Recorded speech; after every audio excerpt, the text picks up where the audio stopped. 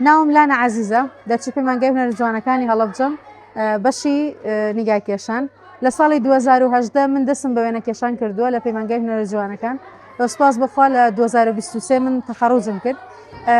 لە ئێستاش کە 2026 ئەوە نزیکەی ساڵێکە من لە سەنتەری چالەکی پاراستنی مناڵانی خوڕماڵ لێرە مامۆسای هونەر و وانەی هونەر بە فێرخوازانی سنتەرەکە و مناڵانی ئەم ناوچەیە ئەڵێمەوە و سپاس بۆ خوا بە ئاستێکی زۆر باش و ئەکادیمیا تێپەڕیون ڕۆژانە لێرە فێری چۆنێتی دانانی هێڵەکانە بن چۆنێتی دانانی ڕەنگەکانە بن تێکەڵبوونی ڕەنگەکانە بن ئەو دەرسانەی کە پەیوەست بە هونەرە هەر لە کاری دەستیەوە بگرە هەتا وێنە کێشان کە ئاستێکی زۆر بەرزی هەیە ئەوان ئێمە لێرە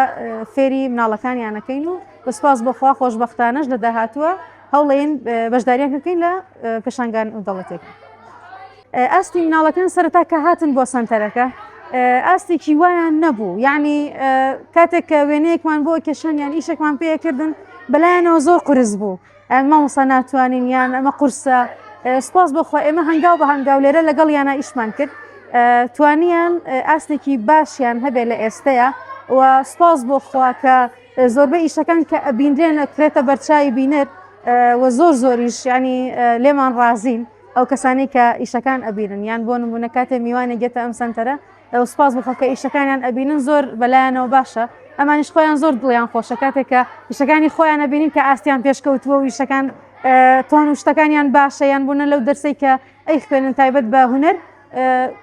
ئەبینن خۆیان لە ئاستێکی بەرزترا بینیوەتەوە ینی ئەوە زۆر مای دڵخۆشیە ژووری هونەر ئەبێ دائیمەن کاتێک کە وانەی هونەر ئەخوێنیت یات وانەی هونەر بە مناڵەکان ئەڵێ ئەبێ کەشێکی ئارامیان بۆ دابین بکرێ بۆی کە بتوانن هەم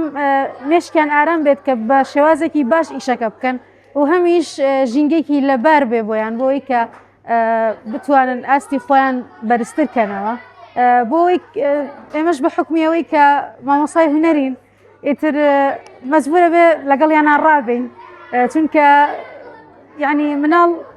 دنیایەکی تری هەیە پاکە ئەبێ نەرمونیان بین لەگەڵیانە پەیامی ئەوەیە بۆ دایک و باوکان کە دەستی مناڵەکانیان بگرن پشگیریان کەن هانیان بن بۆی کە ئەو شتێک کە ئەو مناڵە خۆی لە چیا ئەبینێتەوە پشتگیری بکە لەگەڵی بێ و تا بتوانێت ئەو خەونەی کە هەیەی بەدیبێنێ.